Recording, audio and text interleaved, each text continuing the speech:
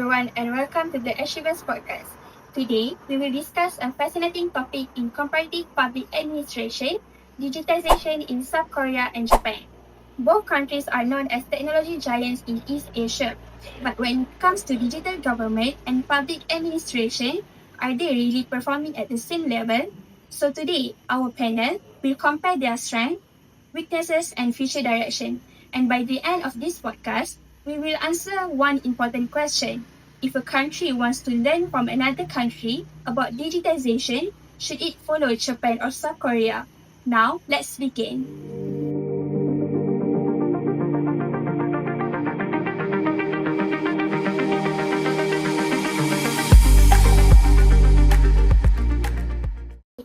To start this discussion, can someone briefly explain how digitization developed in Japan? Okay, Adeline. Japan's digital transformation has become more serious after the introduction of digital information-basic society in 2021. The government established the digital agency to coordinate digital reforms, improve e-government service, and reduce dependence on paper-based administration. However, despite being technological advanced, Japan has traditionally relied on paper documents, fax machine, and the use of paper stamps. Right.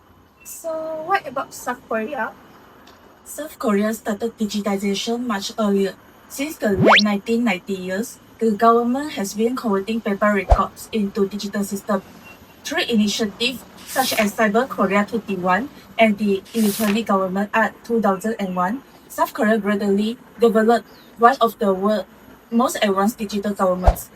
Today, many government services are fully integrated and accessible online. Oh, alright, I understand. So, can I know what is the significant issues that encountered in Japan and South Korea? Sure, thank you for the host. Both countries have made significant progress in digitization. They face different challenges. In Japan, one major issue is the slow transition from traditional system to digital system. Many government agencies rely heavily on paper-based documentation and manual procedure. In addition, Japan's complex bureaucratic structure often makes the digital reform difficult to implement efficiently. On the other hand, South Korea faced challenges resulting from in highly digitalized environment. One major concern is cybersecurity. As more government service and personal data are stored online, the country becomes increasingly vulnerable to cyber attacks, hacking, insect, and data theft. So another issue in the digital divide, some elderly citizens and rural communities may struggle to access or use digital technology effectively, creating concern about equal access to public service. This issue demonstrates that both countries still face obstacles despite their progress in digital transformation.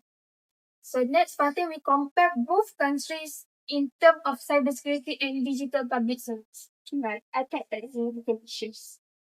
So, can I know what is the major differences between the digital services and cybersecurity in Japan and South Korea?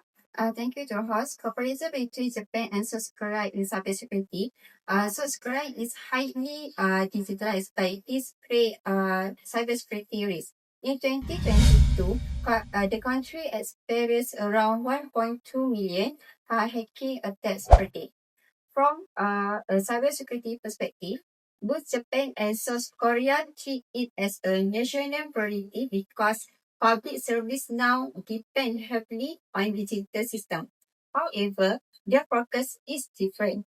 Japan focus more on protecting critical infrastructure. First, agencies like LISC, where South Korea focus more on personal data protection and cyber incident respond due to highly digital society.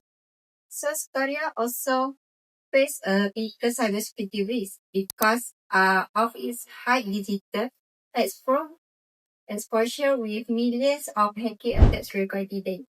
Oh, per day? Are you really sure? Yes, more digital system mean more opportunities for cyber attack and data risk.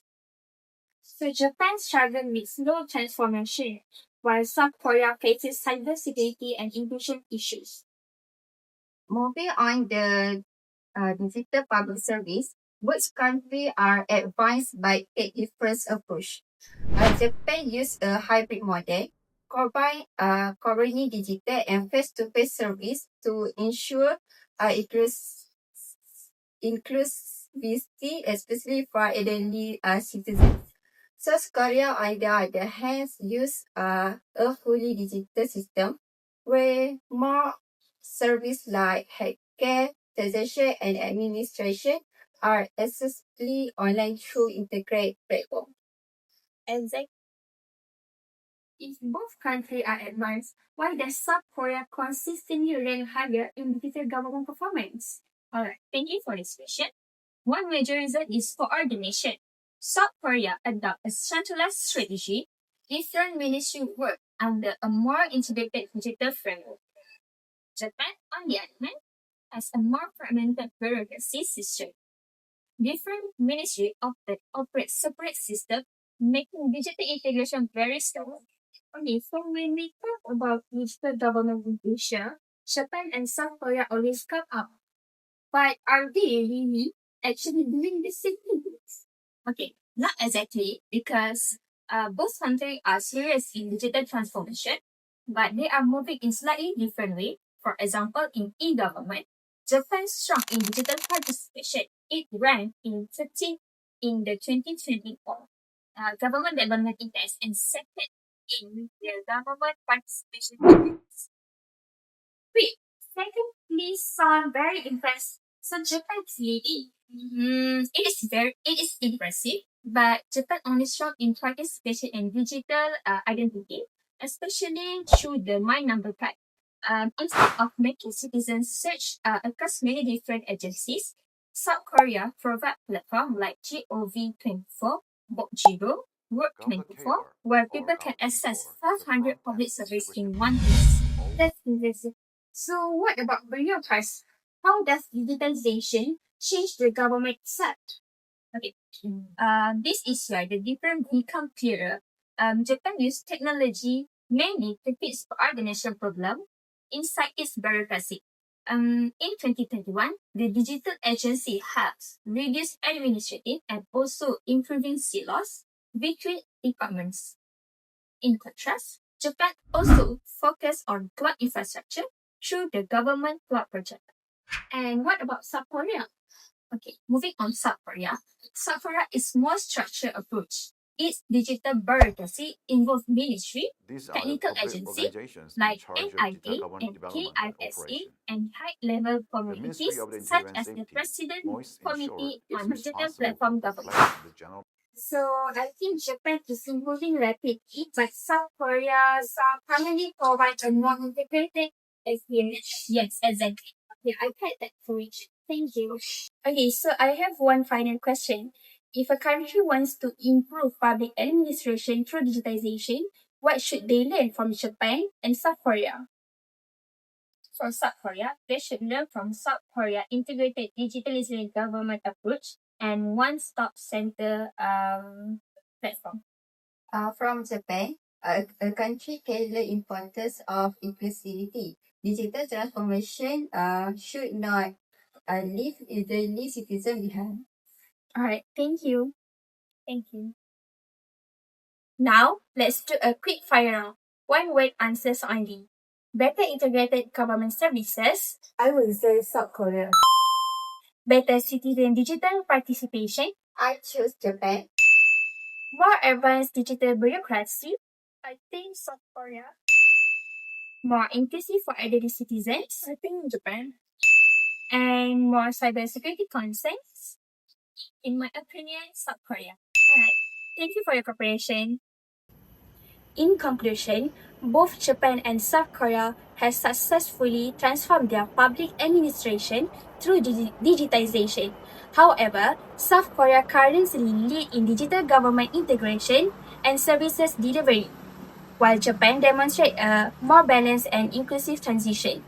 Thank you for listening to the Achievers podcast. We hope this discussion will make a valuable insight into how digitization can reshape the public administration system in East Asia. Stay informed, stay connected, and see you in our next episode.